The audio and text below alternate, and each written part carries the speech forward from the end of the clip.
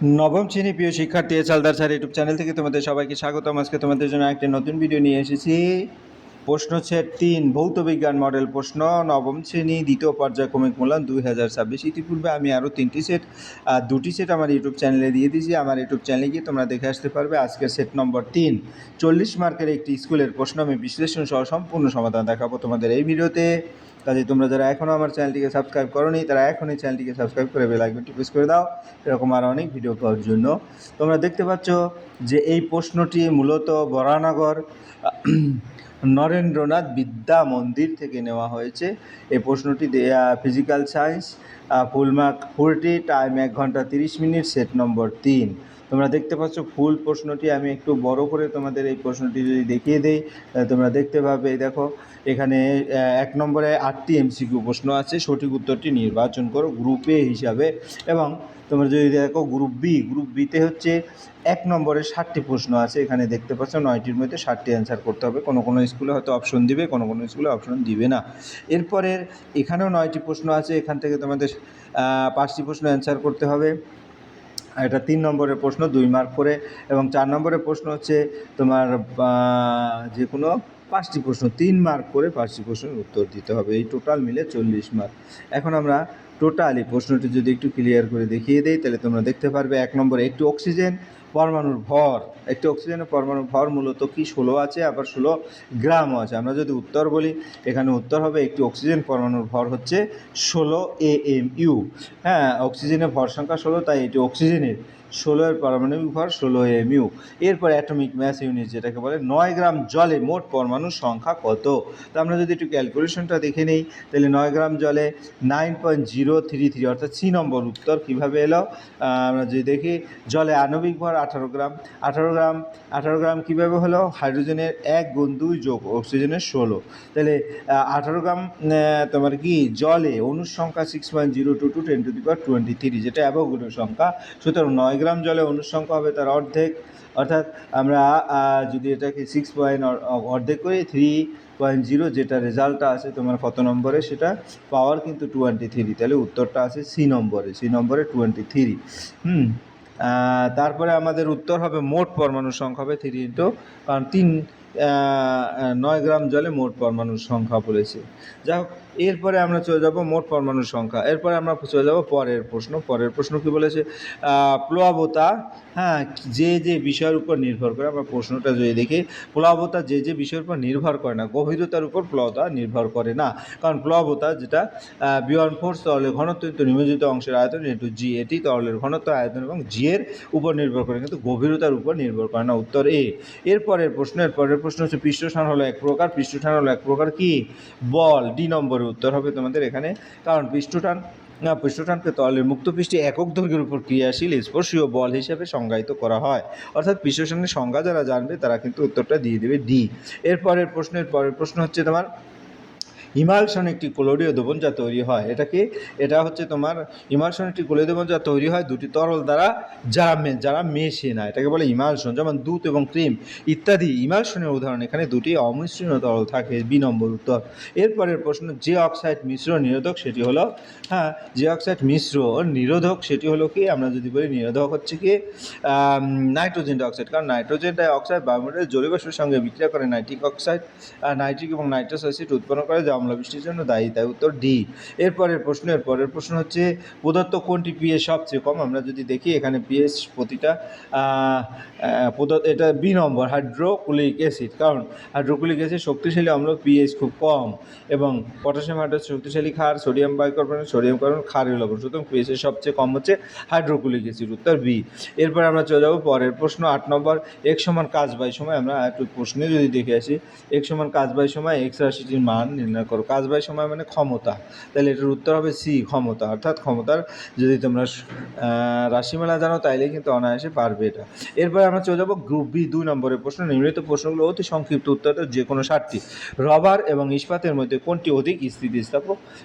তা আমরা যদি বলি এই প্রশ্নটা প্রায়ই আসে ইস্পাত। কারণ কি, আমরা যদি দেখি ইস্পাতের ইয়ং মডুলাস এর উপর নির্ভর করে। ইস্পাতের ইয়ং মডুলাস তুলনায় অনেক বেশি, তাই ইস্পাত অধিক স্থিতিস্থাপক। এরপরের প্রশ্ন, প্রশ্ন, পয়েস কিসের একক? পয়েস কিসের একক? আমরা যদি জানি সান্দ্রতার এককে পয়েস বলে। সিজিএস পদ্ধতিতে সান্দ্র একক হলো পয়েস, যেটা বানামটা। ভেঞ্চুরি মিটারের সাহায্যে কী মাপা হয়? আমরা যদি দেখি ভেঞ্চুরি মিটারের সাহায্যে তরলের প্রবাহের হার মাপা হয়, অর্থাৎ rate of flow divided discharge. Venturi meter পাইপের মধ্যে দিয়ে প্রবাহিত তরলের প্রবাহের হার নির্ণয় ব্যবহৃত হয়। এরপরের প্রশ্ন, এসটিপিতে 2.24 লিটার কার্বন ডাইঅক্সাইডের ভর কত? আমরা যদি দেখি এসটিপিতে 22.4 লিটার কার্বন ডাইঅক্সাইড ভর 44 গ্রাম, এটা জানা আছে। 2.4 44 গুণ 2.4 ডিভাইডেড 22, অর্থাৎ 4.4 গ্রাম। এরপরের প্রশ্ন এসে টাইট্রেশন, না সম্পৃক্ত দ্রবণের তাপমাত্রা বাড়লে কি হয়? সম্পৃক্ত দ্রবণটি অসম্পৃক্ত হয়ে যায়, কারণ বেশিরভাগ কঠিন পদার্থের দ্রাব্যতা তাপমাত্রা বৃদ্ধির সঙ্গে বাড়ে, ফলে একই পরিমাণ দ্রব পদার্থযুক্ত সম্পৃক্ত দ্রবণ অসম্পৃক্ত হয়ে যায়।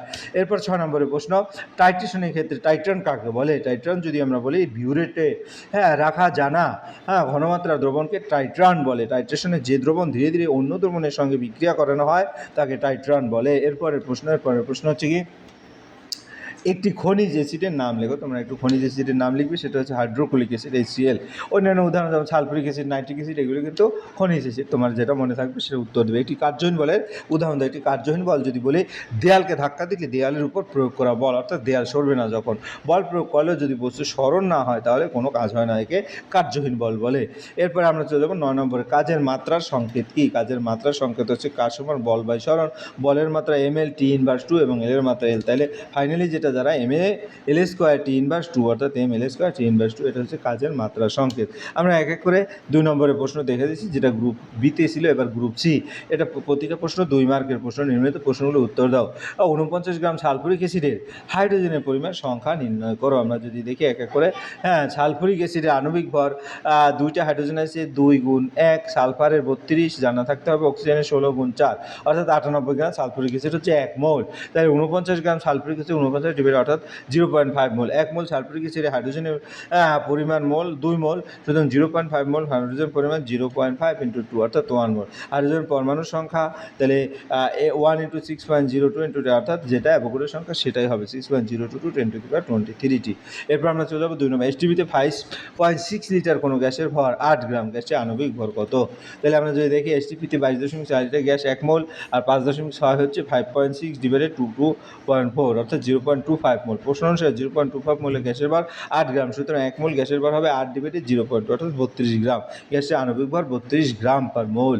এরপরের প্রশ্ন, ঘনত্ব এসআই একক এবং সিজিএস এককের মধ্যে সম্পর্ক নির্ণয়। ঘনত্বের এসআই একক এবং সিজিএস একক। ঘনত্ব সমান ভর বাই আয়তন, তাহলে এসআই একক হচ্ছে KG per metre cube, CGS একক হবে গ্রাম পার সেন্টিমিটার কিউব। এখন 1 গ্রাম সেন্টিমিটার কিউব সমান 10⁻³ KG divided 10 square metre cube, অর্থাৎ এটা যদি আমি ক্যালকুলেশন করি 1000 KG metre per metre cube, তাহলে 1 গ্রাম পার সেন্টিমিটার সমান 1000 কেজি পার মিটার কিউব।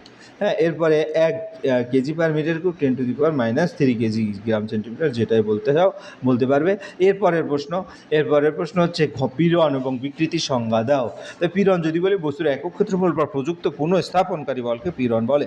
পীড়নের ইংরাজি যদি বলি স্ট্রেসিক্যাল ফোর্স বা এরিয়া। বিকৃতি যদি বলে বস্তুর দৈর্ঘ্য পরিবর্তন ও আদি দৈর্ঘ্যের অনুপাতকে বিকৃতি বলে। স্ট্রেন হচ্ছে change in length divided original length. পরের প্রশ্ন হচ্ছে তোমার এখানে সম্পৃক্ত দ্রবণকে অসম্পৃক্ত করার দুটো উপায় লেখো। সম্পৃক্ত দ্রবণকে দ্রবণের তাপমাত্রা বৃদ্ধি করলে দ্রাবকের পরিমাণের বৃদ্ধি করলে এতে দ্রবণে আরও পদার্থ দ্রবীভূত করার ক্ষমতার সৃষ্টি হয়। এরপর জিঙ্কের সঙ্গে লঘু সালফুরিক অ্যাসিডের বিক্রিয়ায় কী উৎপন্ন হবে এবং রাসায়নিক সমীকরণ সহ লেখো। তাহলে আমরা যদি দেখি যে জিঙ্ক লঘু সালফুরিক অ্যাসিডে বিক্রিয়া করে জিঙ্ক সালফেট এবং হাইড্রোজেন গ্যাস উৎপন্ন করে। রাসায়নিক সমীকরণ যদি দেখাচ্ছি এখানে, এটা জিঙ্ক, এটা সালফুরিক অ্যাসিড, জিঙ্ক সালফেট এবং হাইড্রোজেন উৎপন্ন পদার্থ জিঙ্ক সালফেট এবং হাইড্রোজেন। এরপরের প্রশ্ন হচ্ছে তোমার হলো 1 জুল কাজ বলতে কি বুঝো। আমরা যদি বলি 1 জুল কাজ হচ্ছে 1 নিউটন বলের প্রভাবে কোনো বস্তুর বলের দিকে 1 মিটার সরণ ঘটালে যে কাজ সম্পন্ন হয় তাকে 1 জুল কাজ বলে। W সমান F × S, 1 নিউটন সমান ইন্টু F এর ইউনিট হচ্ছে নিউটন, যেটা 1 নিউটন যেহেতু 1 জুল, এবং S হচ্ছে 1 মিটার সমান 1 জুল। 1 নিউটন বল দ্বারা 1 মিটার সরণ ঘটাতে যে কাজ হয় তাকে 1 জুল কাজ বলে। এরপরের প্রশ্ন, চলন্ত বস্তুর ভরবেগ দ্বিগুণ করলে গতিশক্তি কী পরিবর্তন হবে নির্ণয় করো। আমরা যদি দেখি গতিশক্তি কে সমান পি স্কোয়ার বাই 2m, যদি প্রাথমিক ভরবেগ পি, প্রাথমিক গতিশক্তি কে ওয়ান সমান পি স্কোয়ার বাই 2m, নতুন ভরবেগ 2p, নতুন গতিশক্তি হবে কে 2p স্কোয়ার বাই 2m, অর্থাৎ এটা যদি বলি 4p স্কোয়ার বাই 2m, কাটাকাটি করলে দেখা যাচ্ছে পি স্কোয়ার বাই 2m, অর্থাৎ তোমার আগের যে গতিশক্তি তার 4 গুণ হবে, গতিশক্তি 4 গুণ বৃদ্ধি পাবে। এরপরে আমরা চলে যাবো পরের প্রশ্ন। পরের প্রশ্ন একটু দেখে আসি। পরের প্রশ্ন কি বলেছে, পরের সান্দ্র বলের সঙ্গে ঘর্ষণ বলের পার্থক্য। তো সান্দ্র বল তরল বা গ্যাসের মধ্যে সৃষ্টি হয় প্রবাহের বিরোধিতা করে, এবং ঘর্ষণ বল হচ্ছে দুটি কঠিন তলের মধ্যে সৃষ্টি গতির বিরোধিতা করে। তারপর সান্দ্র বল বেগের উপর নির্ভরশীল, অবিলম্ব প্রতিক্রিয়ার উপর নির্ভরশীল হচ্ছে ঘর্ষণ বল, এর একক নিউটন, এর এককও নিউটন। এরপর পরের প্রশ্ন চলে যাবো। পরের প্রশ্ন হচ্ছে তোমরা 4 নম্বরের প্রশ্ন, মানে মেন কথা হচ্ছে গ্রুপ ডি এর প্রশ্ন। এখানে প্রতিটি প্রশ্ন 3 মার্কের, টোটাল প্রশ্ন 60টি দেওয়া আছে, এখান থেকে 5টি প্রশ্নের উত্তর দিতে হবে। বস্তুর ভাষণ ও নিমজ্জনের শর্তগুলি লেখো। আমরা যদি দেখি বস্তুর ভাষণের শর্ত, কোনো বস্তুর উপর ক্রিয়াশীল প্লবতা ইজ গ্রেটার দ্যান ইকুয়াল, বস্তুর ওজন হলে বস্তুটি ভর ভাসবে, অথবা বস্তুর ঘনত্ব ইজ স্মলার দ্যান তরলের ঘনত্ব। নিমজ্জনের শর্ত, কোনো বস্তুর উপর ক্রিয়াশীল প্লবতা যদি বস্তুর ওজন হলে বস্তুটি ডুবে যায়, অথবা বস্তুর ঘনত্ব গ্রেটার দ্যান তরলের ঘনত্ব, ঘনত্ব পি বস্তু এবং তরল বস্তু। এইটা এভাবে তোমরা লিখে দেবে। এরপরে হুকের সূত্রটি বিবৃতি করো, দ্রুতগামী ট্রেনের নিকট দাঁড়ানো নিরাপদ নয় কেন।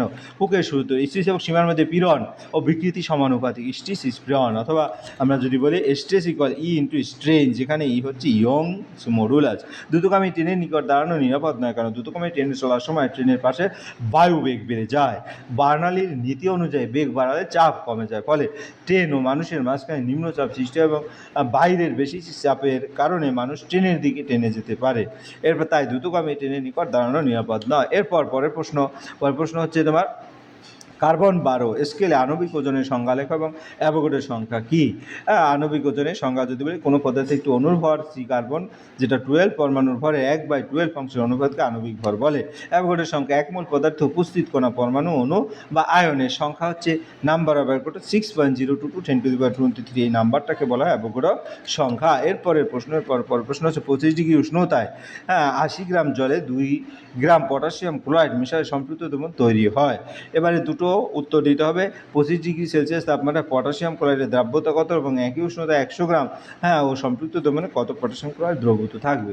তাহলে 25 ডিগ্রি তে পটাশিয়ামের দ্রাব্যতা যদি বলি 80 গ্রাম জলে পটাশিয়াম ক্লোরাইড দ্রবীভূত হচ্ছে, দ্রবীভূত হয় 2 গ্রাম, সুতরাং তোমার 100 গ্রাম জলে দ্রবীভূত হবে 2 × 100 ডিভাইডেড, অর্থাৎ 2.5 গ্রাম। এবার দ্রাব্যতা হচ্ছে 2.5 গ্রাম পটাশিয়াম ক্লোরাইড প্রতি 100 গ্রাম জলে, এবং এই উষ্ণতা 100 গ্রাম সম্পৃক্ত দ্রবণে কত পটাশিয়াম ক্লোরাইড দ্রবীভূত থাকবে। সম্পৃক্ত দ্রবণ যদি বলি 100 + 2.5, 102.5 দ্রবণে পটাশিয়াম ক্লোরাইড 2.5, সুতরাং 100 গ্রাম দ্রবণে পটাশিয়াম ক্লোরাইড হবে 2.44 গ্রাম। উত্তর 100 গ্রাম দ্রবণে পটাশিয়াম 2.44 থাকবে। এরপর পরের প্রশ্ন হচ্ছে অ্যাসিড বৃষ্টির কারণ কি। অ্যাসিড বৃষ্টি একটি ক্ষতিকর প্রভাব উল্লেখ করো। আমরা যদি বলি কারখানা ও যানবাহন থেকে নির্গত সালফার ডাইঅক্সাইড, নাইট্রোজেন ডাইঅক্সাইড বায়ুমণ্ডলের জলীয় বাষ্পের সঙ্গে বিক্রিয়া করে সালফিউরিক অ্যাসিড ও নাইট্রিক অ্যাসিড তৈরি করে, এর ফলে অ্যাসিড বৃষ্টি হয়। ক্ষতিকর প্রভাব, ঐতিহাসিক স্থাপত্য ক্ষয়প্রাপ্ত হয়, মাটির উর্বরতা কমে যায়, জলজ প্রাণীর ক্ষতি হয়, এবং পরিশেষে এটি তাজমহলের মতো মার্বেল স্থাপত্য ক্ষয়প্রাপ্ত হয়। এরপর পরের প্রশ্ন যদি আমরা দেখি, পরের প্রশ্ন আছে কি, দেখাও যে কোনো পতনশীল বস্তুর ক্ষেত্রে মোট যান্ত্রিক শক্তি অপরিবর্তিত থাকবে। আমরা যদি দেখাই, একটু ছোটো করেই দেখাই, এ বিন্দুতে একটা বস্তু আছে, সেটা পড়তেছে টোটাল উচ্চতা যার এইচ থাকবে, এবং বি বিন্দুতে তার আবার একটা গতিশক্তি স্থির শক্তি নির্ণয় করবো, আর এটা হচ্ছে ভূমি। এ বিন্দুতে ধরি উচ্চতা এই সমান এবং বেগ ভি সমান 0, বি বিন্দুতে উচ্চতা h - x এবং পতিত দূরত্ব x, বেগ হচ্ছে ভি। ধরি একটি বস্তুর ভর এম মাটি থেকে তার প্রাথমিক উচ্চতা h। এ বিন্দুতে প্রাথমিক অবস্থায় তার গতিশক্তি কে সমান 0, কারণ যেহেতু বেগ নাই, আর স্থির শক্তি পি সমান mgh, অর্থাৎ মোট যান্ত্রিক শক্তি হবে কে প্লাস পি, কাইনেটিক এনার্জি পটেনশিয়াল, অর্থাৎ mgh। তাহলে এ বিন্দুতে টোটাল গতিশক্তি mgh। এবার বি বিন্দুতে দেখি x দূরত্বের নিচে নামার পর তখন উচ্চতা h - x, স্থির শক্তি পি সমান mg h - x, পতনের সূত্র অনুযায়ী v স্কয়ার সমান 2gx, অর্থাৎ গতিশক্তি হবে half of mv, v square পরিবর্তে 2gx বসালে mgx। তাহলে টোটাল বি বিন্দুতে মোট শক্তি হবে potential energy, kinetic energy mg h - x plus mgx, এখানে কাটাকাটি করলে mgx চলে যাবে, mgh তুলনা E1 সমান mgh এবং E2 সমান mgh। অতএব আমরা দেখতে পাচ্ছি সিদ্ধান্ত, পতনের সময় স্থিতি শক্তি ক্রমশ গতিশক্তিতে রূপান্তরিত হলেও মোট যান্ত্রিক শক্তি স্থির শক্তি প্লাস গতিশক্তি অপরিবর্তিত থাকে। সুতরাং যে কোনো পতনশীল বস্তুর ক্ষেত্রে মোট যান্ত্রিক শক্তি সমানুপাতিক। এভাবে তোমরা উত্তর দিলে কিন্তু অনায়াসে ফুল নম্বর পেয়ে যাবে। এরপর পরের প্রশ্ন, কোনো যন্ত্রে 50 কেজি ভরের একটি বস্তুকে 10 মিটার উপরে তুলতে 0.5 মিনিট সময় লাগলে যন্ত্রটির দ্বারা কৃতকার্য যন্ত্রটির ক্ষমতা নির্ণয় করো। তাহলে আমি যদি বলি এখানে ভর m সমান 50 কেজি, h উচ্চতা 10 মিটার, t সমান 0.5 এবং মিনিট সমান 30 সেকেন্ড, তাই জি সমান 9.8 যদি দেওয়া থাকে তাহলে 9.8 লিখবে, আর যদি না দেওয়া থাকে 10 লিখবে। তো ডাব্লিউ সমান mgh, তাহলে এখানে এম হচ্ছে 50, জি হচ্ছে 9.8 এবং এইচ হচ্ছে 10, মানটা বসালে 4900 জুল, কৃতকার্য 4900 জুল। এবং এরপরে কি বলছে, ক্ষমতা, যান্ত্রিক ক্ষমতা পি সমান ডাব্লিউ বাই টি, 4990 যেটা আমরা পেয়ে গেলাম 4900, এবং সময় হচ্ছে 30, এটা করলে 163.3 ওয়াট। মাধ্যমিক স্তরে জি এর মান যদি তোমার 10 থাকে তাহলে 10 দেবে। এই ছিল তোমার এই ভিডিওর আদ্যপান্ত সমস্ত বিশ্লেষণ। আশা করি ভিডিওটি মনোযোগ সহকারে দেখলে ফুল প্রশ্ন ক্লিয়ার বুঝতে পারবে। পরিশেষে বলবো ভিডিওটি দেখার জন্য অসংখ্য ধন্যবাদ। ভিডিওটি ভালো লাগলে লাইক, কমেন্ট, শেয়ার করতে বলবে না। আজ এই পর্যন্তই, ধন্যবাদ সবাইকে।